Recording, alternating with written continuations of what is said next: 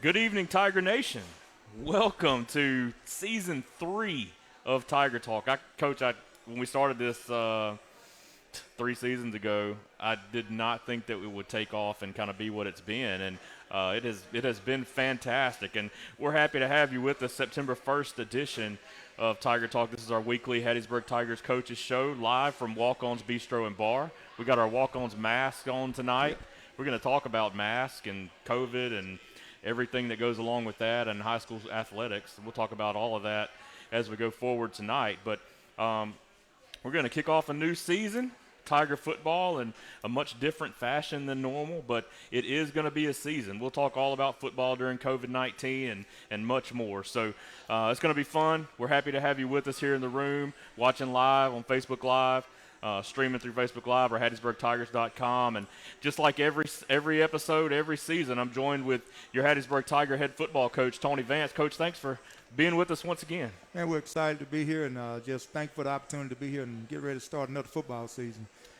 Yeah, absolutely. This is a moment that, John and I were talking about the other night when we were at the scrimmage. We'll talk a little bit about that in a little bit, but it's a moment that we thought might not ever come. We didn't know if we were going to be able to play, and we were able to kind of make it where we could, and it's just nice to have a little bit of normal. Yeah. Everything is still a little weird and a little strange, but it's nice to just have a little bit of normal coming up. It is, and like I said, just for a long time, wasn't sure if we'd be able to have a season, but just thankful that we get the opportunity to play. So we're just looking forward to it and just not taking it for granted. Yeah, just what make the most out of every day. Absolutely. What a strange year it's been, too. I mean, 2020 has kind of become a meme in itself. I mean, it's you just, if something weird happens, you just blame 2020. Yeah. And so, but what have Tiger athletics looked like?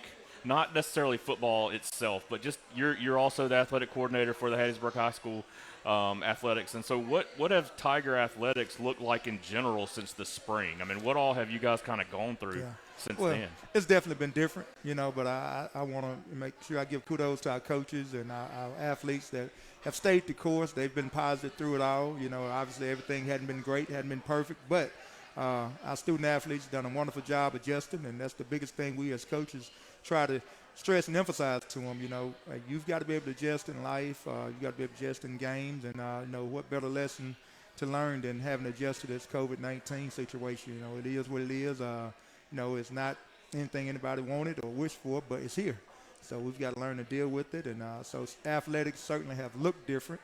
In the summer, I'm so used to probably 300 to 400 kids on campus throughout the day, for various sports programs. And, this summer just kind of dead and bored up there, no kids moving around and about. So, just in the office working and, working on your plans for the fall and all those things. So it was definitely different this summer. But, hopefully we'll get our students back in school next week and we'll get to another sense of normalcy and, sense of routine for our players. And I think that's a big part of it for every coach is for the kids to have a sense of normancy and some routine and stuff that they do on a daily basis. Yeah, I mean, even going back, speaking of other sports, and we had to cancel the baseball season. They had played just a few games, and they were 9-1 on a hot streak. I mean, they were going to be very good. I talked to some of the coaches; they were going to be disappointed if they didn't win the district. I mean, that was going to be a very good team, and they lost that season. You look at college athletics; they lost baseball, they lost the NCAA tournament. There's just so much, and then you lost the summer workouts, and you lost spring football, and so much happened. Talk about even some our of those track teams. Both our boys and girls track teams were, we felt like on track. Using the play on words there, but felt like we're in really good shape to possibly bring home some more state championships in track. So I was going to say, track's always a big winner for the Hattiesburg Tigers. Our softball girls, they only played 3 or 4 games. Our golf team didn't get to compete. So.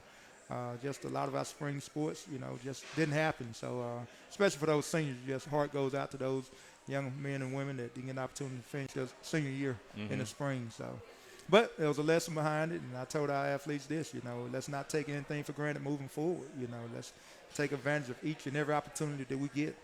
Yeah, if there's one thing that this has done, it's made Americans in general not take for granted the little things that they were able to do every day, and even right now we're still shut down, halfway shut down as a country, and and we're getting back to where we want to be, but it's a slow process. But talk about some of those hurdles as far as football goes. Some of the hurdles that you had to deal with not having spring football and not having the summer workouts and not being able to get your eyes on these kids, every day and that kind of thing, where they're kids that come back out of shape, where they're kids that, had to get mentally into it again. And then I also want to know, was there ever talk of, because there were school districts, was there ever talk of canceling fall sports for Hattiesburg? Gotcha.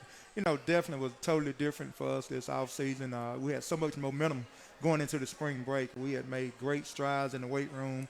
Felt like every last one of our players had improved and got a lot stronger in the weight room, and we were in great shape and, just doing the things it took to be a really good football team this fall. And we had a lot of momentum going into the spring break, and we were certainly excited about where we were as a football program going into spring break. And, of course, we go on spring break and we never return. So, obviously, COVID hits and, everything gets shut down. And so then it's just a matter of trying to reach out to your players, hey, make sure you're doing these things to stay in shape. And some of them were, and they're high school kids, and some of them weren't.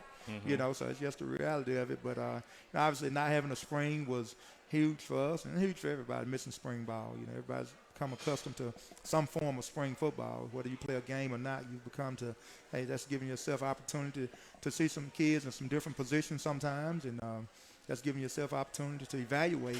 And so, obviously, we didn't have opportunity to do either of those things. We didn't really have a chance to have tryouts for those young people that wasn't playing football. So, we lose all that and we roll into summer. And, then the number one thing was safety.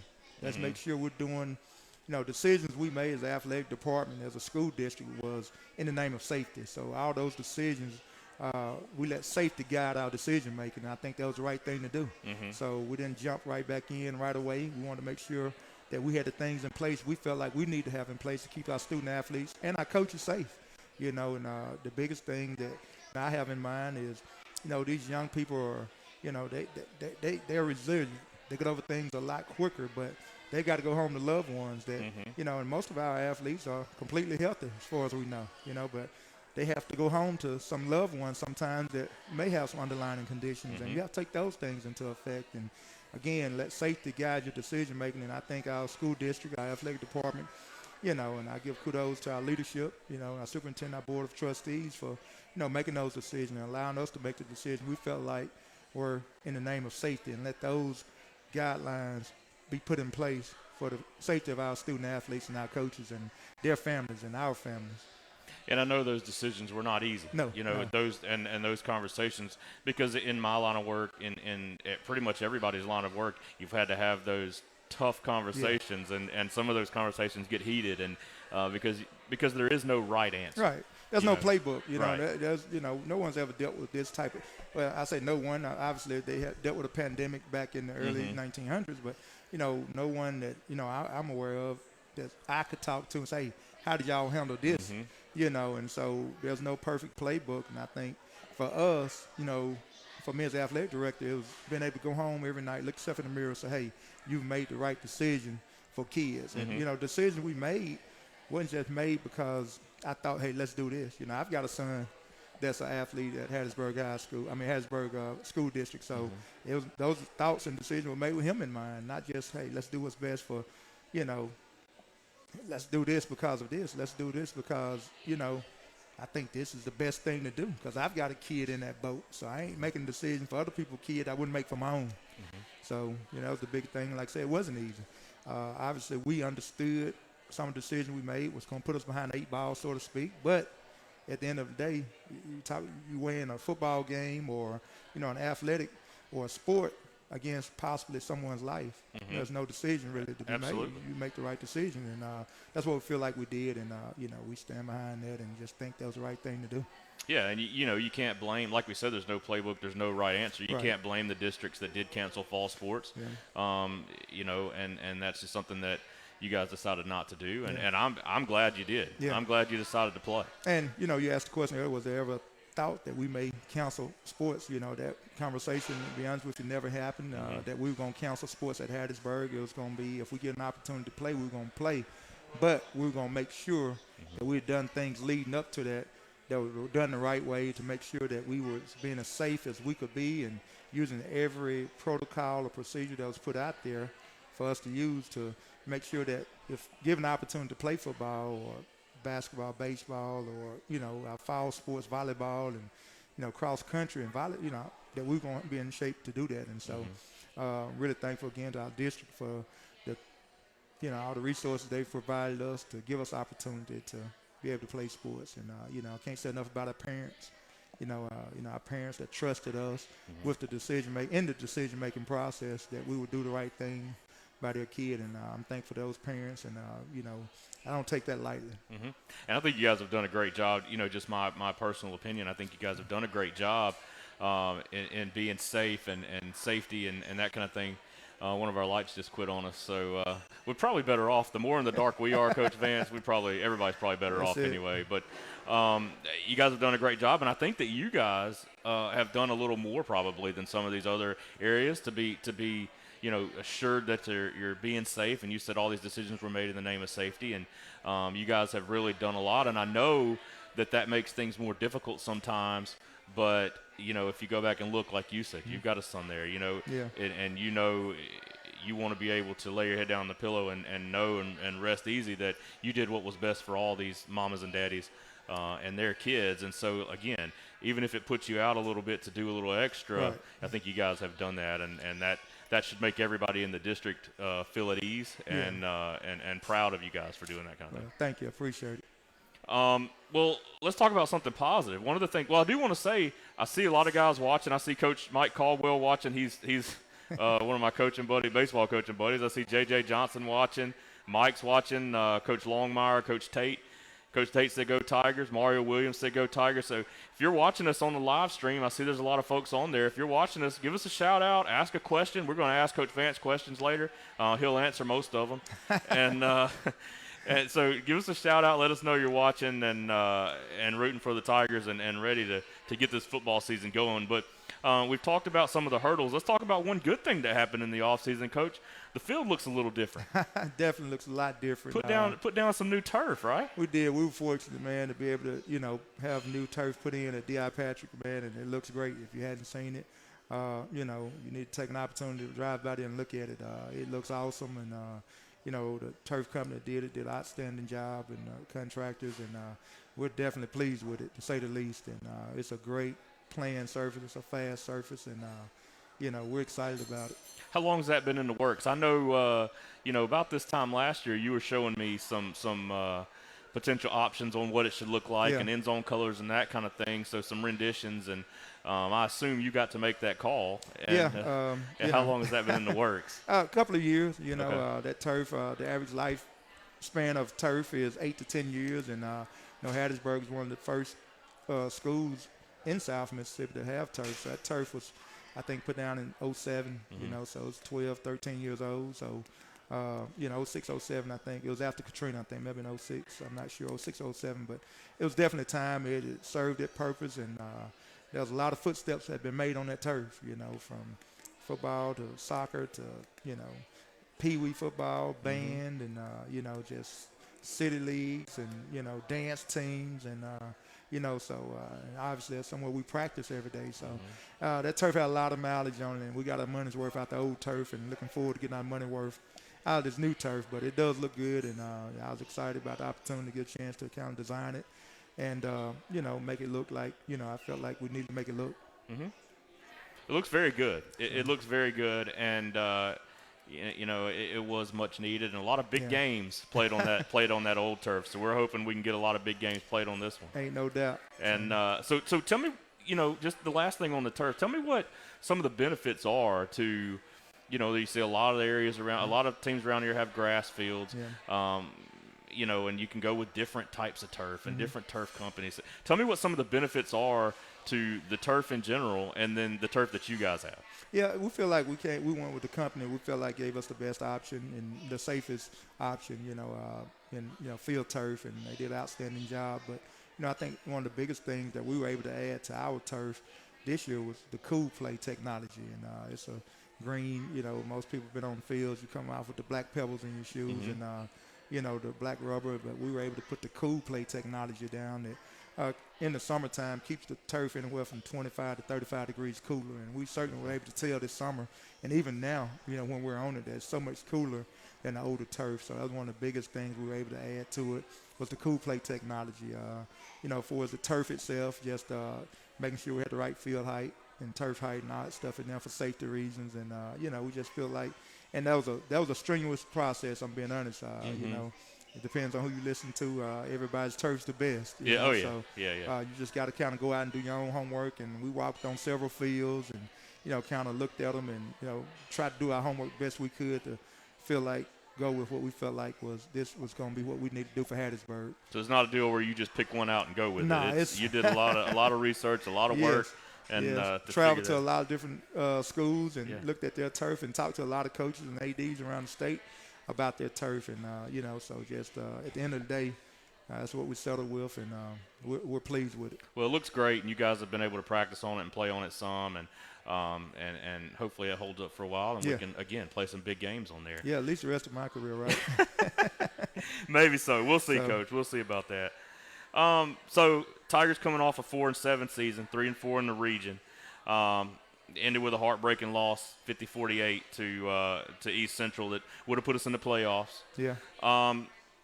Was that a disappointing season for you? And, what are some of the positives and negatives that you took out of last year? Well, definitely disappointing not to make postseason play. It's not how you start, it's how you finish. And I feel like going into the last few games of the year, we were a much better football team. And that's always our goal.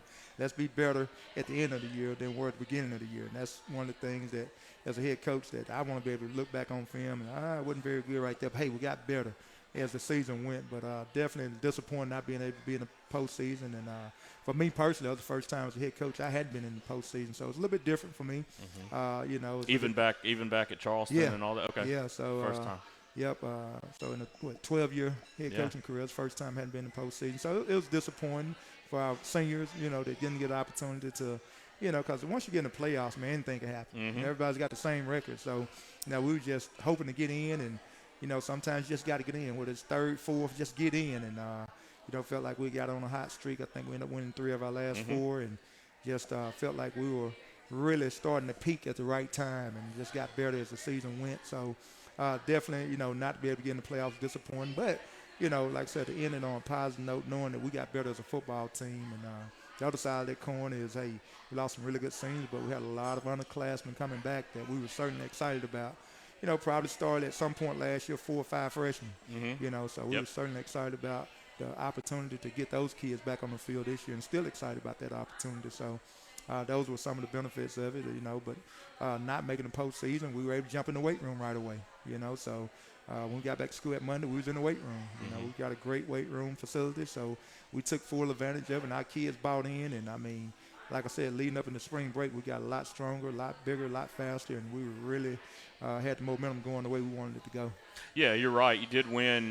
You had won 3 coming off a 3-game winning streak going into that last game at East Central, and got behind in that game and fought back. I mean, at one point it was like, okay, this game's over.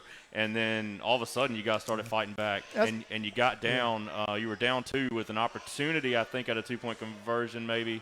I'm not positive about that, but we're down 2 with an opportunity and just couldn't make it happen. But it was a valiant effort there to try to get into the playoffs. I think the biggest thing I say about our kids, they never quit. They never quit. They never gave up. We were 0-3 at one point, and those kids kept fighting. They kept coming to practice every day, and that's why I kept telling our coaches. I said, guys, they hadn't quit. They're coming every day, and I knew as long as they kept coming, we'd get better, and we did. So it's the thing that you try to make sure your fan base understand where you are as a program. Obviously everybody wants to win. Nobody wants to win more than, the coaches and the players. But, you have to have a sense of understanding where you are as a program, where your team is. And obviously we lost some really good players the previous years. Yep. And so we were in as much as I hate to say, we were in a rebuilding stage. And, you'd like to be able to say, hey, we're not rebuilding, we're reloading. But, the truth of the matter, we were rebuilding, and we're still rebuilding, So we still got a bunch of young players, but they got experience this year, and that's the difference. And I think it's the difference between being young and being experienced. So although we're going to still have a good mixture of young players, we've got some experienced players this year. So we count on that experience to pay off for us. That leads me right into where I was going next. All right. Your You're 59. This is your 8th season, going into your 8th season of football Okay. at Hattiesburg. I'm gonna see if you're right. Somebody asked me this summer, so I had to actually, or one of my buddies actually sent me. He texted me one day. He said, "Man, you know your overall record." I said, "I really don't have a clue." So I'm gonna check you right here. Well, I on this told one. it to you last year, and you said the same thing. You Let said me I didn't find have out. any idea. Let's see. But going into your 8th season with the Tigers, All right. you ready for it? I'm ready. I got you at 59, 33, and 1. And let's see. He's got me at. He's got me at 57-33.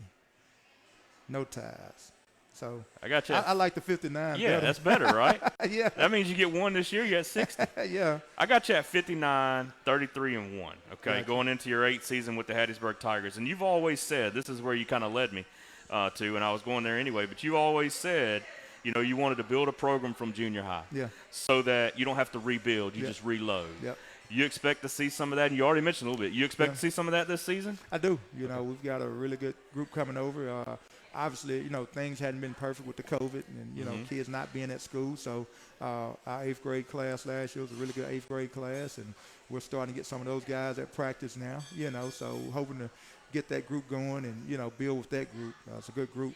So, you know, we're excited about our middle school program and looking forward to continuing to build there. And so when those guys do get to the high school level, they really step in and contribute. And you mentioned this as well, and my next point, I mean, you're leading me right in. You're getting pretty good at this, Coach. So your next point, or my next point, was going to be, you know, lost some key guys last year, but you got the majority of this team coming back. Yeah, and you we got talked quite a about few of that. And so you know these guys. You're familiar with these guys. You've been able to get them better. Like you said, you got right in the weight room when the season ended last year. What are, you know, and you've answered this a little bit, but I want to see if there's anything else you want to say about it. How much does not having that spring and summer hurt you going into the football season with those guys? I mean, it definitely, and I don't want to see it downplay it, but, you know, it's huge not being able to have spring. You know, it's definitely hurt us. You know, I'd be lying if I tell you it didn't affect us any. Not having a normal summer, you know, it has affected us and will affect us until we get to where we need to be as a football team this year. You know, we're not where we need to be. One of the things I've always prided myself on was my team being in better shape than other people's team. That's probably not the case this year. You know, we've had to be slow in what we did and methodical and, you know, take our time with our players and not push them too hard because, you know, at the end of the day, you know, we've got to take care of them, you know, and that's important to me that we take care of our players and we're being safe with them. And some of the things that traditionally we're able to do, we hadn't been able to do, you know, so we've had to adjust and, no, we where I want to be right now. We're not. You know, I'll be the first to tell you that. We're not where I want to be condition-wise. We're not where I want to be as a football team going into week 1. We're not. But I can guarantee you we'll be where we want to be in a few weeks. Yeah, absolutely. And you got to think most teams are probably in the same situation that you guys are in. You know, I think some people had, you know, and again, no knock on anyone. Some people kind of had some different ideas about the way they ran their program. That's fine, you know. For us, I was going to do what I felt like was best for Hattiesburg. Well, let's talk a little bit about the offense. We'll talk about Laurel after the break, but I want to talk about the Tigers right now. All right. Okay, let's talk a little bit about the offense. You lost your leading rusher and leading receiver in Ryan Briscoe from last year, right? Briscoe was quite a bit of your offense last season, no question about that. What have you seen? We'll talk about specific groups, you know, position groups in just a minute. But what have you seen from the offense as a whole over the last few weeks that stands out to you? Well, just still learning. You know, obviously we got a new offensive coordinator this year in Sheldon Gandy, and thank the world of Coach Gandy, man, and he's doing a great job. But, you know, so obviously we're still, you know, and I tell people all the time, it always takes offense a little bit longer than defense to get going, you know. So, you know, won't anything change with that, you know, but certainly think that, you know, we're going to be okay offensively. We got some new guys up there on the offensive line. You know, got some new guys in the offensive backfield, got some new guys out at receiver. So not a lot of experience back on that side of the ball. You know, I think Josh Jones is the only receiver we have coming back to have any, you know, he started for us last year, and that's it out wide. You know, obviously in the backfield, we'll have a brand new backfield, you know, other than our quarterback, Jordan Willis. You know, so offensive line, I think we got 2 starters back on the offensive line. So, you know, not a lot of returning starters on that side of the ball. But, you know, we got a group of guys over there that's going to get better each and every day and each and every week. You know, like I said, with Coach Gandy, you know, doing what he does. And, you know, Coach Gibbs been our offensive line coach, 2 new hires on the offensive side of the ball. I feel like we're going to be where we need to be in a few weeks here. So looking at that quarterback position, it's looking like Jordan Willis. Yeah, we still got, I know, Jordan and Jermaine. and Jermaine you know, Powell. but obviously, Jordan started, if not all, majority of He games did. last year. Mhm. So, and he's, I guess if there's such a word in sports as incumbent, So, starter, so you know. yeah. So, um, so what I was going to ask is, last season you talked about him as a guy that you can really see blossoming, that you could see him kind of blossoming and coming out of his shell. And part of, your knock on him last year a little bit was he was almost too scared to make mistakes. Yeah. And have you seen him come out of some of that? And what have you seen from him? Yeah, Jordan, he's one of the guys in the offseason that just his body changed and, had really, you could see him start to mature and shoulders broaden and, he has to carry a lot of weight on his shoulders, being a quarterback. But, he's a guy that worked his behind off in the weight room to gain some muscle and gain some weight. And, he's done a great job for us. And Jordan's always going to be one of those guys you can count on every single day, to be there and work his behind off and, lead by example more than verbally. He's one of those guys that doesn't talk much at all, but he's going to lead by example, So, excited about Jordan. And then at running back, you're going to have a DB come over and play a little running back for you, Jaquez Andrews. Yeah, and he actually got a lot of carries toward the end of the season last year, and we saw some things in him we really liked, and just felt like we was going to make that switch full time going into this year. So, excited about Jaquez. Yeah. Now you got a young man named Brian. Is it Eastman or Eastman? Eastman. Eastman. Brian Eastman. Okay. Yeah, Got a young man named Brian Eastman. Yep, What have you seen out of him? He's a transfer. Yeah, he actually kids from Hattiesburg have been here as a youngster. His older cousin played for us back my second year here. So really familiar with Brian, but obviously he's grown a lot since last time I'd seen him. But physical guy. He's just a junior, but big running back. And plays some linebacker for us. So he's a guy that you'll see on both sides of the ball. He's about 6 feet 205. So we're excited about his potential.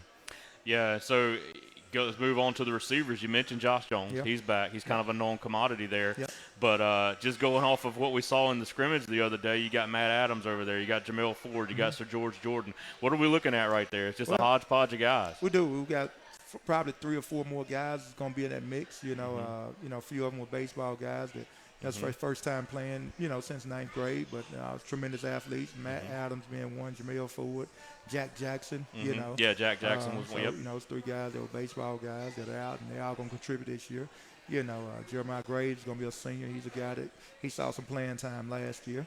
With the combination of those 4 or 5 guys, and there's a couple of guys on the defensive side of the ball in the secondary that we're going to play over there. So there will be a hodgepodge of guys over there, and eventually I think 1 or 2 will start to, separate themselves and, become the go-to guys. I tell you what, Coach Vance, that doesn't do a radio announcer any favors when you're throwing guys out there just left and right, different guys, and we're trying to keep up on who's in the formation and who's not. And we got guys out there that played baseball until this year, and I was like, man, I don't know any of these kids. Yeah, it's still early on. Yeah, I tell them, we're still searching for identity. We hadn't played but 2 quarters of football so far, so we're still searching to see exactly what our identity is going to be. And that's why you play these games. I remind people all the time, these are preseason games. That's why you play them. Obviously, you want to win them all, but they're rivalry games. They're great for fans, but for coaches, it gives us an opportunity to find our identity. This is who we're going to be. This is what we do well. This is what we're really good at. This is what we don't do so well. So let's do more of this, less of that, So it gives us those opportunities to really evaluate guys early on and build some depth in some positions that we know we need depth in. And those are things you didn't get an opportunity to do in the spring that now you got to take fall camp and do some of those important things that, evaluate guys quickly. You don't have the summer now. After the spring, I always tell people, they always ask me, how y'all think you're going to be? And I'm always able to say, I know more after the spring game. Well, we don't get the opportunity this year. We just got to go out and play this fall. So, but not making excuses. We're thankful for the opportunity to be able to play because some people not being able to play right now. You're right. You're absolutely right.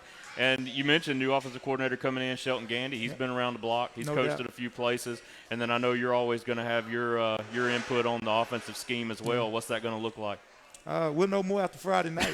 How about that? See, that's one of those questions I told you guys. He'll answer some of them and he won't answer some of them. So that's one of those questions he's not going to answer for me. No, we're going to always be – we're not going to ever veer far from what we do. We're going to be a team that we want to run the football, obviously, and we're going to use our athletes and try to put the ball in their hands. So Yep.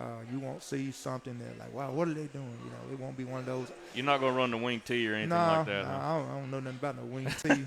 But, you know, we're going to do what we feel like going to give us opportunity to be successful and get first downs and up and to get the ball in the end zone. Gotcha. Let's move over to the defensive side. You got some key pieces coming back there as We do. well. Defense is something that I assume you're probably going to hang your hat on this season a little bit. You got just to name some guys, Tomasio Robinson coming back. You got Chance Duckworth coming back. Tobias Hinton. You got Jaquez Andrews, who we talked about playing running back. Probably going to play some defense for you as well. You building that group around the linebackers, kind of, or around the D line. What's the strong point of that group? Yeah, it will probably be our secondary. Secondary, okay. We got 3 guys back in the secondary that started, and Walt Thompson at safety, Chance Duckworth, and Cam Norman. You know, those 3 guys are back right now. You know, in the secondary, Tomasio obviously being the anchor of our defense in the middle at linebacker. But, you know, we got those young guys up front, man, and you know, not Tomasio, but Tobias Hinton. That was a freshman, starting probably, you know, 7, 8 games last year as a freshman. Malik Jones, that was a freshman last year, starting probably 4 or 5 games. You know, Big Cam Eccles, that was just a sophomore last year, and he's probably the strongest kid on our team. You know, so we got him back. Jalavian Gatlin. I was calling him Gat. I have a hard time calling his first name, but that's what you know, Chad does when Chad does the broadcast with me. He wants to Those call everybody nicknames. by their nickname. yeah. I'm like, man, you got to say their name. Yeah, but you know, Gatlin, he's the only senior up front on the defensive line. But you know, those guys, you know, they got a lot of experience in their belt last year, so those guys will be pretty solid for us, I think, and they'll get better as the year go.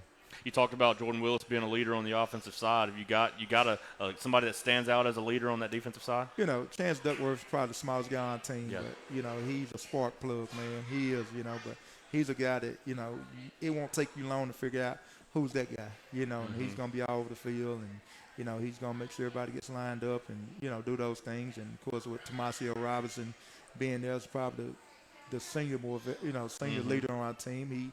He's played more snaps than any of them. Played since he was a 9th grader. Yes, so you know he's played more snaps than any of them. He's also changed his number every He season. has every year. Did again this year. Yeah. You know, so you know, but he's a guy that you know we count on to play multiple positions on defense. You know, from linebacker to the defensive front. So he's a guy that will move around a lot. But you know, those couple guys just kind of jump out at you as, you know, your leaders on the defense side of the ball. I knew Chance was going to be, when I asked the question, I knew Chance was going to be one that you named because you've always talked about him being a spark plug and kind of being a leader. And so I knew you were going to throw his name out there. One guy I do want to talk about that really impressed last year, and I said, and Jerome said, and everybody said it, John said it, this kid grows into his body. He's going to be really good. He's going to be a force. That's Tobias Hinton. Yeah. And he was a freshman last year, kind of tall, lanky kid. Yeah. Put on some weight this year, and he's got 2 more years to put on more. He did. But he was a force last year as a freshman. He's a guy that probably went from about 185, you know, from November to March to probably about 205. You know, just, you know, attacked the weight room, really built a lot of muscle, a lot of strength, and he's athletic as they come, man. And, you know, he's got a high ceiling. As coaches talk about ceiling, and he's got a high ceiling, man. So his potential for growth is tremendous. So we're excited about Tobias, man, and, you know, things he's going to be able to do for us. You talked about some of the position groups that have stepped up. Tell me one position group that's going to have to step up. Not that they haven't already, but that's going to have to be strong for you to be successful this year. Our offensive line, you know, I tell anybody that, you know, your offensive line and defensive lines, those 2 groups, you know, I don't care how good you are out wide or in the backfield or on the back end, you know, those 2 groups, your offensive front and your defensive front, games are won and lost in the trenches, man. So those 2 groups, they're going to have to play well for us all year, and everybody else is going to play off them. You mentioned just coming close. We're coming up on a break here in just a minute. But you mentioned a minute ago a couple of new coaches. Tell me about the new guys on your staff. You got several new coaches this year. Yeah, you start with Coach Gann, the offense coordinator. You know, like I say, he's coached. He's probably got 25 or 30 years coaching experience. You know, and he's been offense coordinator at several colleges and coached college ball for a long time. Obviously, just more recently, the head coach over at Wayne County High School. So we were definitely excited about bringing him aboard, you know, and he just brings a wealth of knowledge, man. And I told him when we was talking about, you know, bringing him on, man, I'm looking forward to learning from him, you know, just because I'm always one of those guys. I'm looking to learn from people. You know, I want to know what you know. I'm trying to get better, and I tell people when it gets to the point when I don't want to work to get better, I'll find something else to do. You know, so I've been able to gain a lot of knowledge from him, and just I think everybody on our staff have, both offensively and defensively. So I'm excited about Coach Gannon. He's just a great guy, man. He's a great guy. He loves those kids, and you know, he wants to see them do right and do what's best for them, and so excited about him. On the other offense side, about Coach Gibbs. Coach Gibbs was with me a couple of years here early on. Did an outstanding job.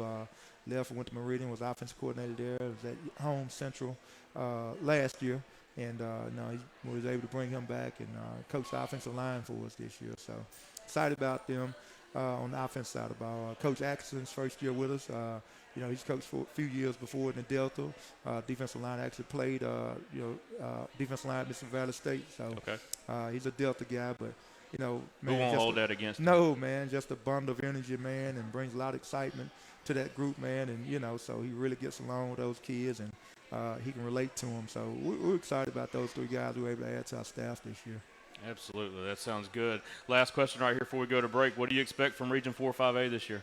You know, I hadn't thought a whole lot about Region 4-5A, just to be honest, you know. But, you know, obviously, you know, you're going to have your guys every year that, you know, Picayune's going to be good. You know, Wayne County's going to be good. You know, Pearl River Central was a lot better last year. They're going to be pretty good. Gaucher improving every year under Coach High. You know, Pascagoula dropping down from 6A to 5A. So, you know, playoff team last year. So, you got all those guys, and then, you know, you throw in the other teams that are in there that's, you know, just kind of like we missed the playoffs last year. And so everybody has an opportunity to be in the playoffs right now. And so everybody's working to get to the playoffs. And I hadn't really thought a whole lot about division play, just trying to get ready for these first non-conference games, man. And, you know, as the season goes, we'll kind of learn more and more about those teams. I want to mention a few of these folks that are watching. You got Gia Kroom, you got Gia. Michelle Hub. Mikael Williams says Coach Vance is his guy. Best cause you got so many people that think you're a really good coach. I don't know if you got them fooled or if that's true or not. Coach Vance, let's go, Coach Vance. Latasha Myers, Mario Williams, Eric Nelson says you're the best coach in Mississippi. That's Coach Nelson. Coach, what's up, man? That's my guy, man. So Jason Vance says you're a great coach. You got the same last name. That's so, my nephew, so he's supposed to say that, right? He's got to say that. Tammy Bourne, go Tigers. Lakeisha Vance says fantastic. It's all these Vances that That's are saying my niece, man. Fantastic coach. Yeah. Matt Pedden wants to know where we're playing for the Jug this year. It's at D.I. Patrick, man. Glad you asked that. We're playing that at home this year. We're going to talk about that after we take a break. We're going to take about a 2-minute break right here, get some walk-ons ads in for you, and we'll tell you a little bit about walk-ons. And they've been a great sponsor for us. It's our second season doing the show here. We're going to take a 2-minute break. We'll be right back, and we'll talk about this Little Brown Jug game coming up this year. Welcome to Walk-On's Bistro and Bar, where every dish starts from scratch. Fresh ingredients bring our food to life. Mouth-watering cuisine, unique flavors. And we're always more than happy to share our Southern charm and culture, a love of life, family, food, friends, fun, and celebrations. Walk-Ons, it's game day with a taste of Louisiana.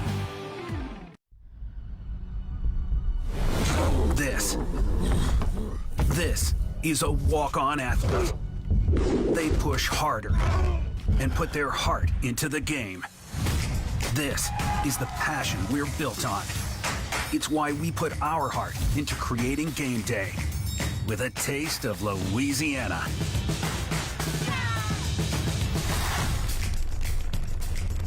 Walk-ons, we live for this. All right, guys, you know what time it is. We're going to have a good shift. Make some noise! Hoo-wee! Hoo-wee! What do we do? What do we do? Walk-ons on 3. 1, 2, 3.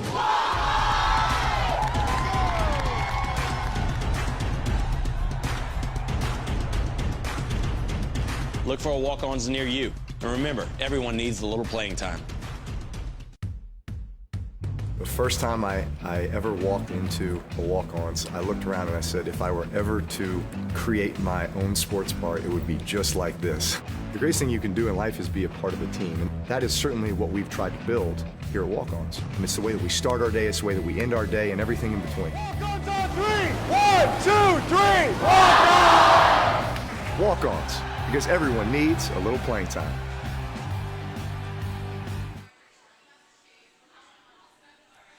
All right, we're back here at Walk-On's Bistro and Bar, our great sponsor for Tiger Talk. This is our first episode of Season 3, Tiger Talk here with Coach Vance. Coach Vance, I want to highlight one dish here at Walk-On's, and we try to do that every week, but Okay. It's one that I know that you love, and actually you got me hooked on, is that blackjack chicken sandwich. Oh, man, I love that blackjack chicken sandwich. I had one a couple weeks ago. I was out here like, man. And I'm telling you, easily becoming one of my favorite appetizers, the fried pickles. Yes. Oh, man, I'm going to have some of those tonight. A Southern staple. Yes, they're good. Yeah, that blackjack good. chicken sandwich with the waffle fries and John Arnder, our tech guy over here, our media guy, our everything guy, he loves those waffle fries. But Yep. yeah, so I just want to give a little shout out to the blackjack chicken sandwich because Thanks. it's fantastic. If you come Yep. to Walk-Ons, definitely try that. There's plenty of other stuff, but you got to try that one. It's I really hadn't good. had anything bad yet. No. It's all good. I haven't either. Anthony Omar asked, will the games be at 25% capacity this year? Stick with us, Anthony, because we are going to talk about that. We're going to get to that here in just a few minutes. But first, I want to talk about the game that's coming up this week, Coach. The 99th edition of the Little Brown Jug rivalry. It started in 1922. Laurel leads 48-45-5. We had won 5 in a row till we dropped last season's meeting 35-19. The longest running consecutively played rivalry in the state. They played it during the day. I know we talk about this every year. Yeah. But one of the highlights that sticks out in this rivalry is during Katrina, or right after Hurricane Katrina. There was no power in the Laurel area. They played that game during the day between the bricks because there was no power, just to keep this rivalry going. And the reason that's even more significant this year is because this year will be another one of those years that people talk about down the road. And as a strange year where the game was still played. Talk about how you and head coach Ryan Ernest now, new head coach Ryan Ernest there for Laurel High School, made that happen. It's important to keep this thing going. How'd y'all make that That was happen? one of the things that when we kind of got wind that, MHSA had came up with 2 or 3 different options. They were going to meet and vote on which one they were going to go with. One of them included, canceling the first 2 games and moving the season back 2 weeks. It was one of the options. And so as soon as I heard that, one of the first things I did, I jumped on the phone and said, hey, Coach, we got to figure out a way to play the jug game, So we started talking about some ideas of who we had on the schedule and, who they had on the schedule and, just didn't know at the time when we started this conversation, but we was trying to be proactive. Both he and I were trying to figure out a way to play this game. So when they did make it official that, hey, we're going to cancel the first 2 games and you're going to start week 3 basically, that worked out well for us because that was our bye week. For them, they had Wayne County on the schedule, and kudos to Wayne County administration and head coach Gand over there that agreed to move that game to later in the season where they both had another open week, so we could get this game in. So that was a top priority for us to make sure that we were able to continue to play this game. So that was huge for us. Dr. Williams, our superintendent, he called and said, Coach, we got to try to play the jug game, if we're able to play. He said, if we have to play 7-on-7 or Madden, we need to play the jug game. So that was definitely a top priority for both schools, I think, and make sure we got this game in.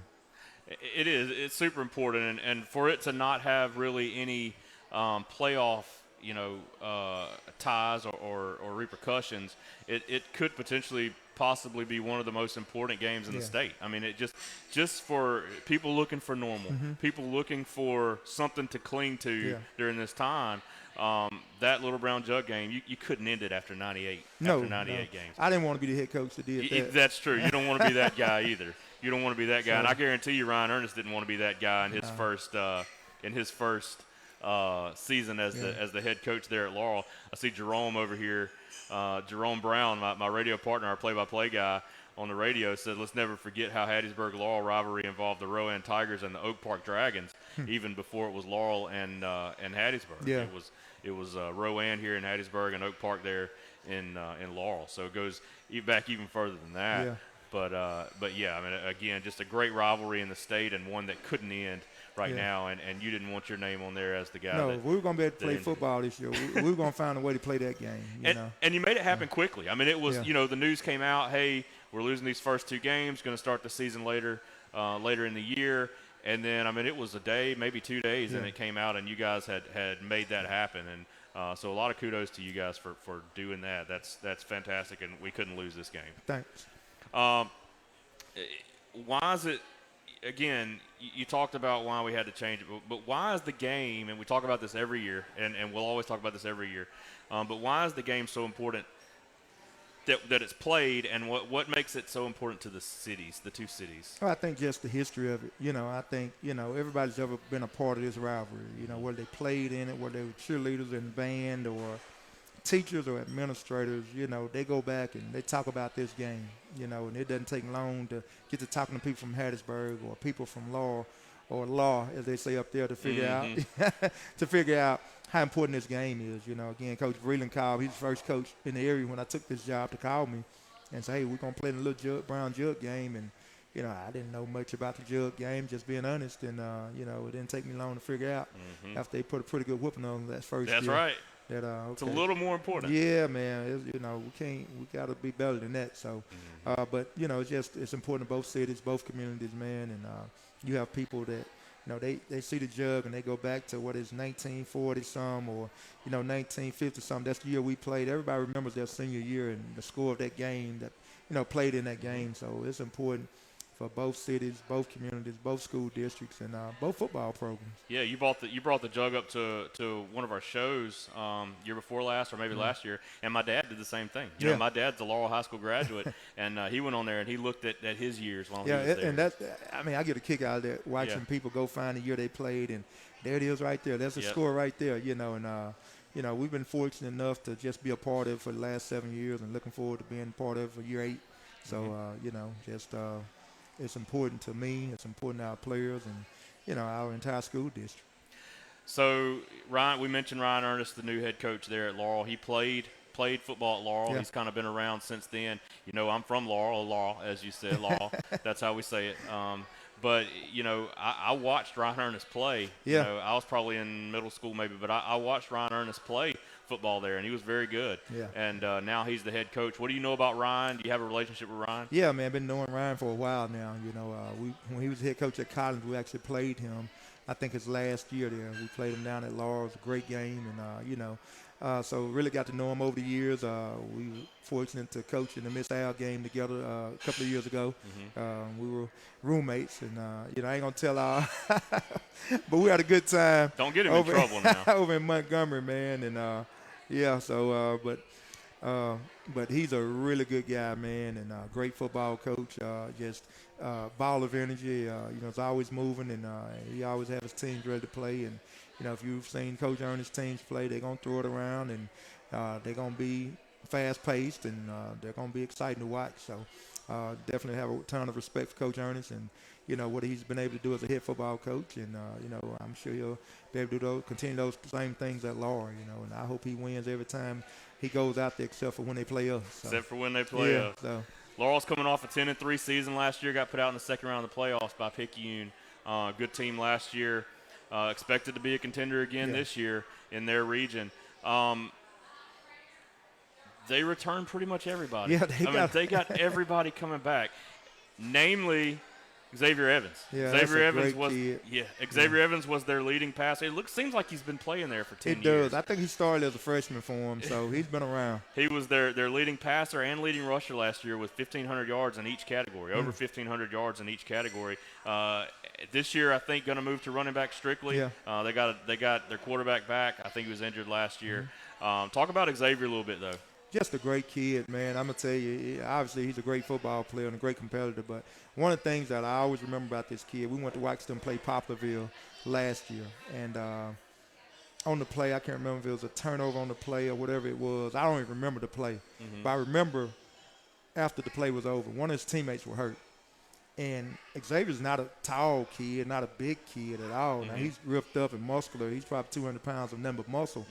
But he physically picked up one of his teammates. I want to say it was one of the linemen.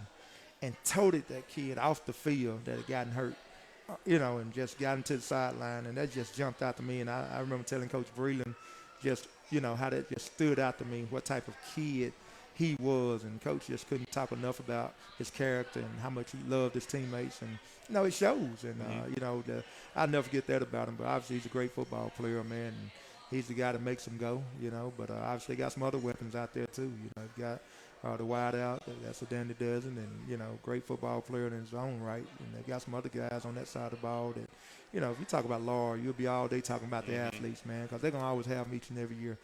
They'll probably be the most athletic team we play all year. They're gonna probably be one of the fastest teams we play all year, and we know that every year and when we play them. But that's why you play those type games. Your kids have got to learn to match that intensity. They've got to learn to play at that level. So obviously we're going to be better for having played that jug game. How do you defend that offense? How do you defend them? I think you just try to, I want to say eliminate the big plays and just try to make them earn everything they get and not give them anything cheap. And, they've got good enough players to make plays, and they don't need our help. So we got to do everything we can to slow them down and, just try to make sure that we're not giving up big plays in the run game. And that's hard to do with Xavier running it, and not giving up big plays in the passing game. That's hard to do with the D1 Danny Dozen receiver they have, number 11. Yep. I can't call his name right now, but I remember his number. He's also an awesome kid. But, so they've got some weapons, man, on offense side of the ball. And defensively, they're always going to fly to the football. It may not be the biggest bunch, but I'm going to tell you, they're going to be one of the fastest bunches, and they're going to play hard, and you're going to know you've been on a dogfight when you get through playing them.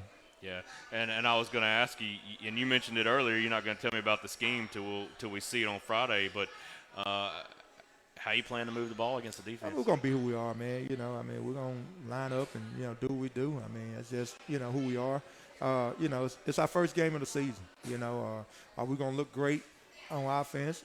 No. Are we going to look great on defense? No. We're not there yet, but it's our job to try to get first downs and move the ball. So, we're going to get better as the year goes, and we got to try to be who we are and not try to be someone we ain't, and just get better at what we're doing every day and every week. And I think that's the key to it, is not try to press and be somebody you're not. Just be yourself, and you're going to get better doing those things.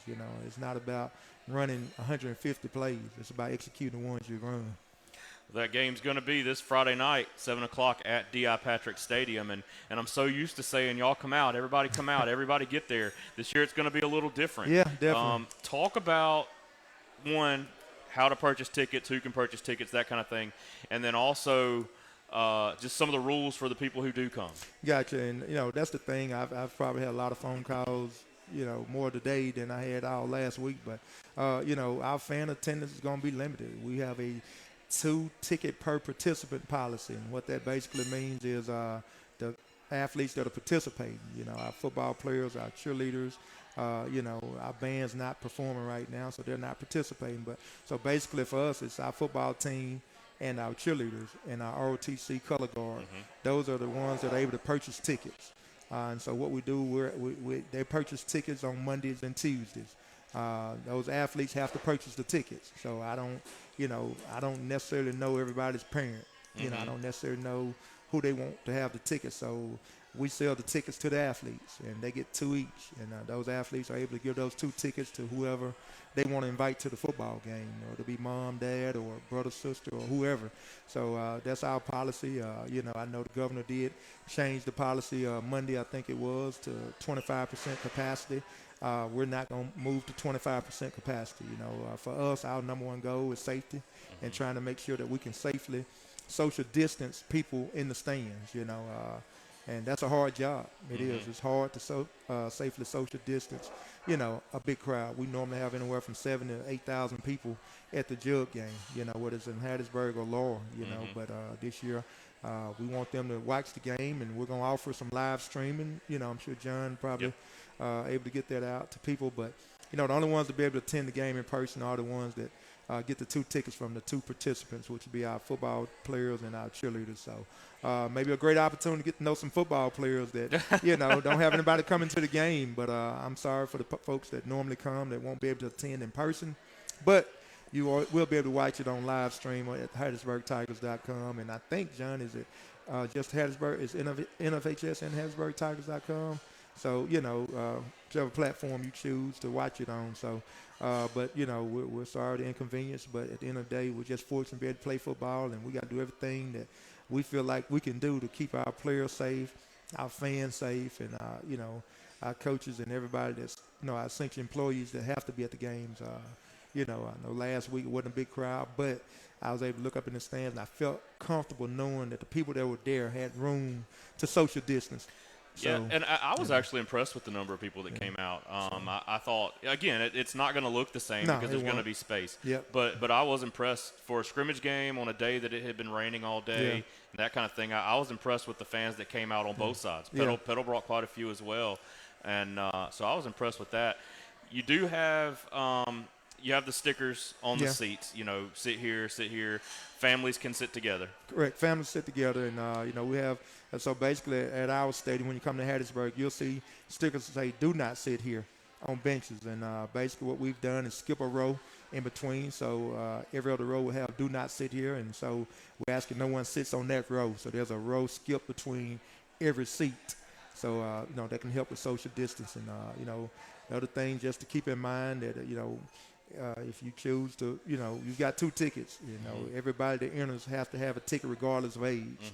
That's one of the things I've been asked. Well, can I bring, my 2-year-old? You can bring your 2-year-old, but your 2-year-old has to have a ticket.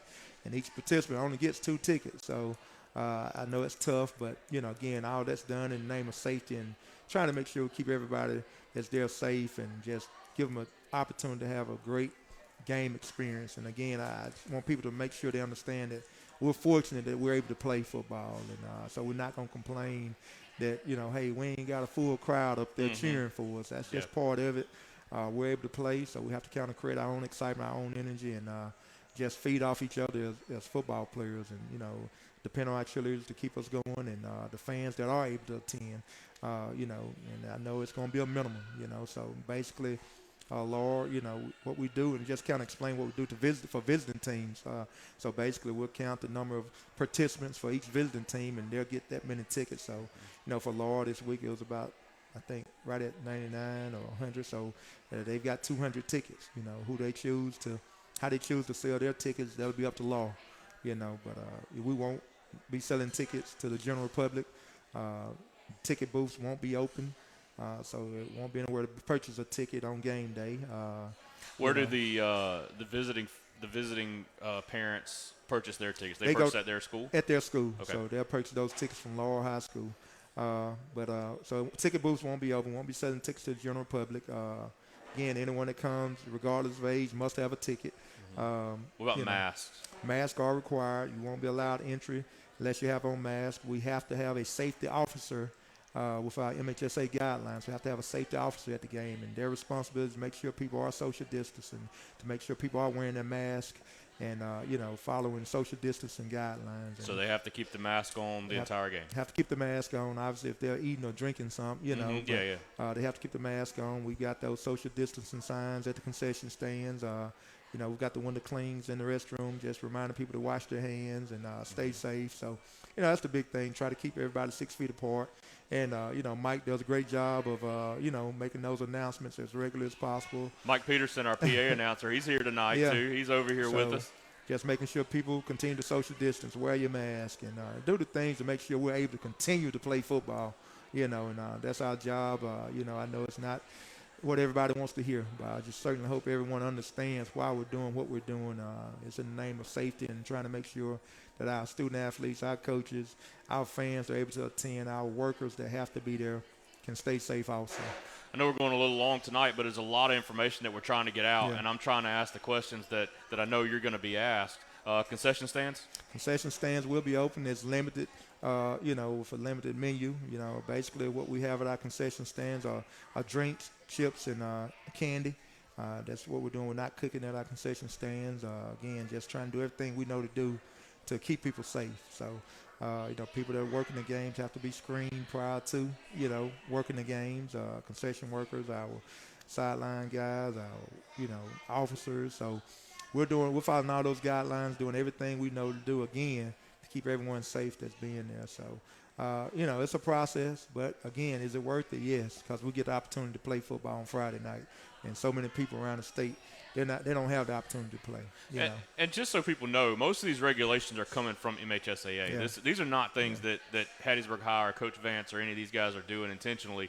These are regulations that are coming from MHSAA, and all the schools that you go to should be doing the same things or very similar. So this is not something that's just at Hattiesburg High.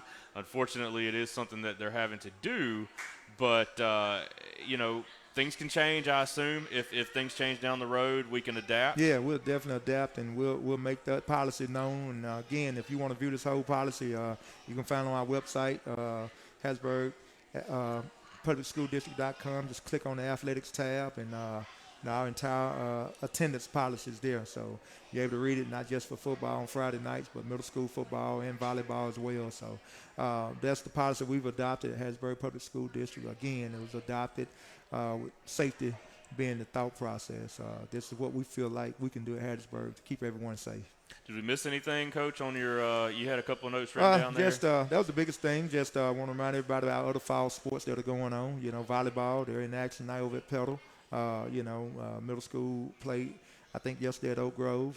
So volleyball season's going on, and our attendance policy is the same. It's 2 per participant for volleyball. Cross country's got their first meet coming up Thursday, if I'm not mistaken, at George County. So that'll be the first meet. Swim, still hadn't kicked off swim season yet. Although we're in swim season, that's something that we're still trying to figure out, obviously, everybody's, pretty much knows about football right now, what we're doing for football. Are we doing JV or junior high football this year? We are doing junior high and JV football this year, and basically the attendance policy for those will be the same. Okay.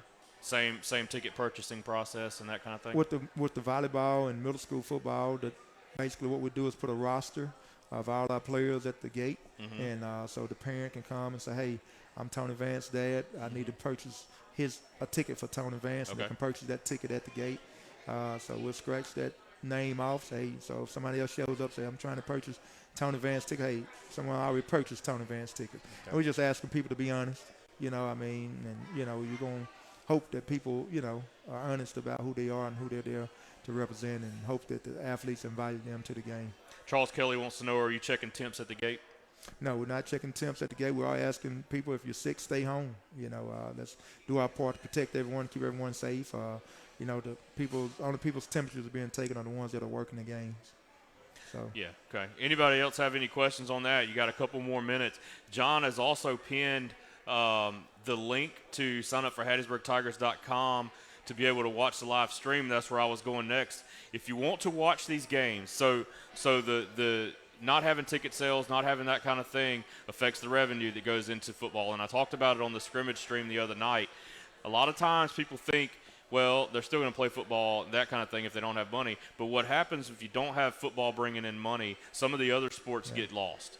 Okay, some of the other sports don't get to play.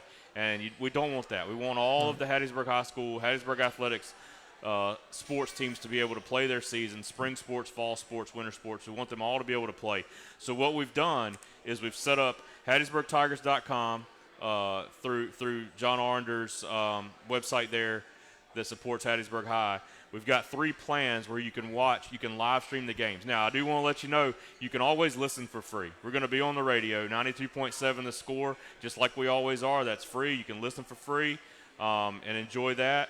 But if you want to watch the games, you want to see live, you want to see that new turf, this includes away games as well, road games. There are 3 plans. You can go to HattiesburgTigers.com/plans. John linked it in the comments down below the video here. But the 3 plan options are a single game, $6.99. So you can watch a single game live for less than you pay for a ticket. Single game, $6.99 per game. You can get a month pass for $24.99. You can get a season pass for $69.99. That's a one-time payment, $69.99. We had quite a few folks watch the scrimmage the other night. Even had one watch from Kuwait. So if you're a service member watching from Kuwait, let us know who you are. Look me up on Twitter. Let me know who you are. I want to give you a shout-out. We appreciate everything you're doing. And if that's a service member watching in Kuwait, please get in touch with us. Let us know who you are. But we appreciate everybody that watched, and we plan to have way more watching next week. But that's how you can do that, HattiesburgTigers.com/plans. There are 3 plans there. That money's going back to Hattiesburg Athletics. That money's going right back to them. John's not putting it in his pocket. I'm not putting it in my pocket. Coach Vance might put some in his pocket. I don't know. No, but definitely not. But I can't control that. But no, that money's going back into allowing these other sports to be able to play their seasons. The swimming, the volleyball. I mean, these sports that we talked about. It allows them golf. You know, you don't have any spectators at golf, but they do still have to have money to play. That's so right. that allows them to be able to do that. So I do want to encourage you to tune in, watch, listen. John's got it set up really well to where we should be able to hold. We did a test run at the scrimmage. I think everything went pretty smoothly. So we expect everything to go well with that. Coach, is the Tiger store open? No, again, just with the uncertainty of knowing whether or not we was going to be able to play sports this year. Gotcha. Just, didn't want to have revenue tied up in the, apparel. So, we were able to sell some masks. We ordered some masks. We've sold out. We do plan on reordering masks. So if you didn't get your Hattiesburg Tiger mask, we're going to reorder some of those. They're about 3 weeks shipment time. So we'll get some more of those in for people to purchase. And hopefully, eventually we can get some merchandise in also. But as of right now, it's not open. So that's kind of where we are with the merchandise. Again, they want to have revenue tied up into something that, people weren't going to purchase. So, as we go, we'll look to purchase some apparel. Like I said, we can adapt. Yeah, we can adapt to these things. If nothing else, 2020 has taught us how to adapt. No doubt. Tell me about Booster Club. They got Booster Club applications right now? Yeah, Booster Club memberships, $25 this year.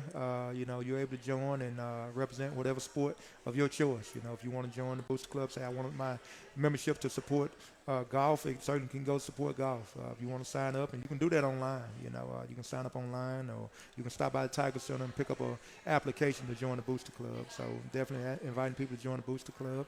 We got a Booster Club meeting coming up next Monday. So we're doing it virtually. If you're interested in attending virtually, just get in touch with myself or Myron Lott or any Booster Club member, and we'll be having officer elections coming up. We've got several officers. We've got elect positions, president, vice president, secretary, and treasurer. So if anyone that's listening is interested in joining the Booster Club, becoming an officer in the Booster Club, get in touch with myself. You can send me a message on Facebook right here, and I'll make sure that you're able to access the link so you can join the Booster Club. We're doing it virtually this year. So it's one of the things I think COVID-19 has taught us how to adapt and do things virtually. So we're doing that this year. But one thing I did want to mention, man, because school was out, we didn't get a chance to celebrate this, but for the second year in a row, for the third time in 4 years, all 24 of our sports at Hattiesburg High School have been scholar athlete teams. And I want to give our coaches and our student athletes and our parents a great big hand, because that's awesome, so they're not just getting it done on the field, the courts, they're getting it done in the classroom. So definitely want to give a shout out to all our student athletes, all our teachers, coaches, and our parents for making that possible. So thank you so much, and we want to definitely celebrate those accomplishments in the classroom as well. I've heard you say many times these kids aren't going to play sports forever. It's going to end. I don't care how good they are. Eventually it's going to end, and they've got to have something else to do. So, absolutely, and that's fantastic that they're able to do that. I want to thank everybody. I want to thank John Arnder for putting all this together for another season. I want to thank Coach Vance for being willing to come and do this with us. Not a whole lot of coaches in the state that are willing to do this every Tuesday night. I mean, you leave straight from practice to come here. Yeah. And, I try to shower first, though. Well, most of the time. I don't ever tell you guys when he doesn't, when he does, but most of the time he does. I want to thank you guys, the players, for putting in the work that they do, our sponsors. I want to thank Walk-Ons. Walk-Ons has been great to us. They're awesome. We really appreciate them. They jumped right on board when we were getting ready to do this season, and Eric Fastnack, the manager here, jumped right on board, and he was like, "Hey, let's do it again." Yeah. So here we are again. And thanks for the mask. Yeah, thanks for the Walk-Ons mask. We got purple and gold and everything, Coach. They knew. They do a great job here in supporting us, and we're certainly excited about our partnership with them. So. Yep. Want to invite people to watch throughout the season. We'll be here every Tuesday night at 7. Again, we went a little long tonight. I apologize, but there was a ton of information that we wanted to get out to you guys, and Coach Vance has had lots of questions, and we appreciate you guys for sticking with us. The numbers, looking at the numbers, haven't really gone down a whole lot as we've been talking. So you guys have stuck with us. We appreciate that, and you can always watch on demand later too. And I think John will put this in podcast form as well. So you'll have this to go back to and get any of that information that you need or that you may have missed about the COVID procedures and that kind of stuff. But I want to encourage you to listen to the game, 92.7 FM, The Score, this Friday night at 7 o'clock. Also on the WMXI app on your phone. You can download the 92.7 app on your phone. We got coaches walking in the room right now. HattiesburgTigers.com. I mentioned the plans to you a while ago. Just want to encourage you guys to support your Tigers. If you can't be there, I know the ticket situation is tough, but if you can't be there, support these guys in another fashion. Listen to the games, watch the games, do something just to support these guys. Coach Vance, final thoughts. Man, just excited about another season, Again, just excited about the opportunity. And, again, to our fans, we apologize if you're not going to be able to be there in person, some of you. But, again, watch us on live stream, listen to us on the radio like Charlie said, man. And we know you're there in spirit and continue to support our Hattiesburg Tigers. That's pretty much it, man. Looking forward to Friday night. Again, thank you guys. Thank walk-ons. Coach Vance, you know how we sign this thing off every night. Thank you, everybody. Good night. Go Tigers. Welcome to Walk-On's Bistro and Bar, where every dish starts from scratch. Fresh ingredients bring our food to life. Mouth-watering cuisine, unique flavors. And we're always more than happy to share our Southern charm and culture. A love of life, family, food, friends, fun, and celebrations. Walk-Ons, it's game day with a taste of Louisiana. This is a walk-on athlete. They push harder and put their heart into the game. This is the passion we're built on. It's why we put our heart into creating game day with a taste of Louisiana.